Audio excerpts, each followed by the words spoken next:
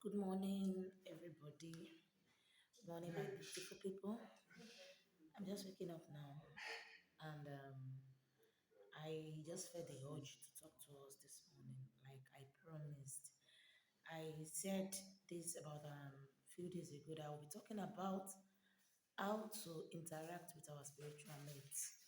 And now I am here, as I just woke up now. I said, let me come and do it as the spirit leads. Now I'll be talking about how to interact with our spiritual mates. First of all, so many people have spiritual mates. Majority of us have spiritual mates, but we are not knowledgeable about it as if we don't know. So many people don't know they have spiritual mates. I'll be talking to us firstly about the signs you see to know that you have spiritual mates. Number one sign is your dream. From your dream, you know you have spiritual mates. That is, you get to have different kind of dreams where you see you and some set of people, some set of friends, either playing together, eating together, or doing stuff together. That is number one sign for you to know if you have spiritual mates. Second sign is sometimes when you are walking on the path on the road, you feel like somebody is walking behind you, like you look at the back and you're not seeing anything. Those are signs of having spiritual mates too. Thirdly, you if you are somebody who has a spiritual mate, especially if you are a leader, you discover many people would like to rush you, people would like to be your friend, people would like to make friends with you.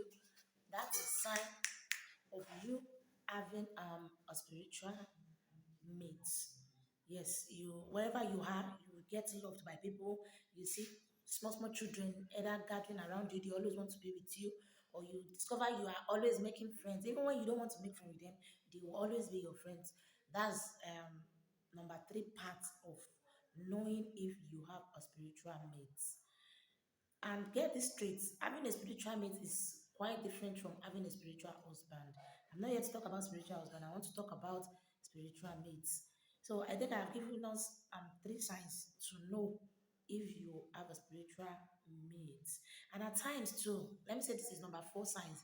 You get to hear like you hear when people talk, you might not see who is talking, but you hear voices from your head directing you, telling you what to do this, do that. Those are signs of having a spiritual mate. It is not all voices heard are not demonic. It is not all the voice you hear that is evil spirit. Your spiritual mate can be indirectly talking to you, giving you signs of something that is about to happen, or warning you of a particular person. Like, I don't know if we will have people who have this kind of thing I want to talk now. Like, you make a friend and something will be telling you within your heart that this person, be careful of the person, or you are going on a path, you want to pass a particular direction, and something will tell you, pass here, don't pass here. Those are signs of us having spiritual mates. Even though they will tell you it is a Holy Spirit. Of course, our mates are not evil spirits, they are Holy Spirits. They are our guidance. They are our protectors. They are the ones who will warn us if we are about to make a mistake. Our spiritual mates are our Holy Spirit. They are our guidance. And during all my journey, as far as I have been in this spiritual journey, um, I'm sorry to say this. They will tell you you have angels protecting you. You have some kind of spirits, and they describe them to be a white woman or a white man in color. But in actual fact, those angels are actually our spiritual mates, and they are black. They are our colors. Ever since I've been seeing angels, I've been going on transit. Those I see in my visions are black like me, and they are my spiritual mates. So that is for that. That is the sign for you to know if actually you have a spiritual mate. And there's no how you wouldn't have experienced either one or two of what I have mentioned. Even there are some people that experience this, that when they keep money somewhere, it will disappear. When you keep money somewhere, you will not discover, you are not seeing it again. Even your clothes can get missing, your valuable things can get missing. Then later you see it back. Those are signs of having spiritual mates too. Yes, those are signs of having spiritual mates too. Now I want to switch to how to interact with them. How to interact with our mates is not as difficult as we think. Firstly, you should acknowledge them. It's just like when you want to hear from the Holy Spirit, you be calm, you listen very well, and then sometimes we talk back, even without saying who we are talking to. That is one method of communicating with our spiritual mates. When you wake up early in the morning, you hold your head, you pray, and you speak positivity into yourself, and you talk to them like my spiritual mates. I am awake this morning. I want you to bless me. If truly you can hear me, I want you to do this, do that for me. So those are the parts. Those are parts of how to communicate with them. Yes, those are part of how to communicate with them. You talk to them like you are seeing them, and you'll be surprised. Is either you get your results back via your dreams, or immediately the voice will talk to you in your head. That is number one. Secondly, um, feeding them is also part of communicating with them. When you feed your spiritual mates, they would know you recognize them. They would know you value them, and then when you ask for something, they would give you. It's not possible for you not to give something out and expect to get. It is not possible. That is one thing about spiritual needs. When you give them, they give you back. But if you don't acknowledge them, because these spirits are what we came with from heaven, you can't separate them. If you see anybody telling you, um, you can separate your spiritual mates, then you can do something that will make them go.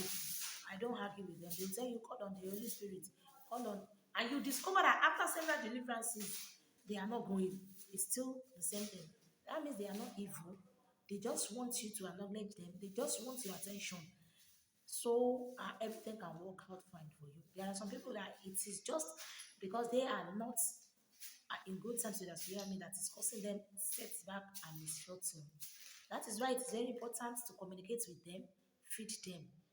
Example of feeding them in a minimal way is, let's say you finish cooking, you can dish a small portion in a plate, talk into the food and tell them this food is for you, my spiritual mate. I know you are with me. Kindly come and eat with me. Then you put at the corner of your house. Do not bother if it is eaten or not. Just leave it there. I'm talking from experience. Just leave it there. Leave it at the corner of your house. After for like 4 or 5 days, you can remove it and replace it. Just keep doing it. And you definitely know what I'm saying is true. They would show you themselves in your dream or even physically. Yes, they come physically. They can come through a friend. The only thing if you are observant enough, you listen to the words coming out of that person's mouth will make you realize this is my spiritual mate talking. Yes. So when you dish a small portion of food for them, dish it the way you can eat. Put it at the corner of your room. You can buy let me say fruits and sweets. You talk into it before sharing. Like my spiritual mates, this is your own. I want you to bless me. I want you to do this to me. And if in fact you can challenge them that I want you to show yourself to me if truly you insist. You can do it. Then you can take maybe like 3 or 4 out of what you wanted to share. Just throw it on the floor. Then you share the rest with small children. Or you let every other person help you hit it. These are small rituals in inviting your spiritual needs, and it is not evil. I am saying it now. It is not evil. Those practices are not evil. Your spiritual mates they are there. They are important. Ever before we came to the world, we had a disagree. Sorry, we had an agreement with them. Yes, like as I'm going to the world, I'll remember you, I'll do this, I'll do that. But it's so unfortunate that when we got to the world, we forget a lot of things. We forget a lot of things, and more so, foreign religion has eaten deep into the brains of so many that they don't see what they are supposed to be doing rightly as the right thing to do. So I'll be stopping here. I'll be stopping here. I think I have tried explaining how to know if you have a spiritual mate and how to communicate with them. I said you talk to them like you talking to somebody without seeing the person. Like, say, let me say, a silent talk, a heart-to-heart talk. You talk to them when you are in trouble. You call on them when you feel when you feel cheated. You communicate with them if you want them to show you something. You can do at night. You can use a candle. You can light a candle to invite your spiritual mate. Yes, you can light a candle and incense to invite them. They are not evil spirits. Then you can dish a small portion of food for them. Always acknowledge them. Yes, when you dish a small portion of food, do not bother if they are eating or not. Okay, let's think about this. When, most especially in our own parts, Yoruba part and Muslims too, if somebody dies, they do remembrance, they fry bean cake or they share things in the belief that it will get to that person. So when it is the same way, when you dish food or you share food for people, you remove their own first and share for others. It is the same method. You believing they will come. You don't bother, they will come. They will definitely come. If you are observant enough, if you put a food at the corner, you will see the traces that yes, they are there. You will see the traces that they're there. Yeah, and then there's another method I remember now. And if you have done your consultation and you know you belong to, well, you know where you belong to, like example, you belong to the Olokun, that's the ocean king. You can visit the ocean, bless the ocean with fruits and like and stuffs. Then you can call on them, take the ocean water on your head, take home, call on them, just talk to them. You want to see them, you want them in this situation, you want them to show you this, and you'll be surprised, you'll see. And if you are not close to the ocean, or you can take to the river too. I have said this before. When you pour food into the river, you are blessing the river, not your spiritual mate. If you want to feed your spiritual mate at the river, you put at the river bank, not into the water. Yes, not into the water. It is not possible for you to eat a soaked biscuit. It is not possible for you to eat a soaked fruit. You respect them by dishing in a proper way and putting at the riverside. You talk, you mention whatever you want to say. Just try it. Try out this thing I'm saying. Though there are other bigger methods to appease them. Yes, that's I do that for people. I do it too. There are bigger methods to feed them. When you want to feed them in a proper way, you want people to gather and eat for you. Yes, I do that for people. But at least these are smaller ones that are not difficult for you to do in order to know if truly they listen.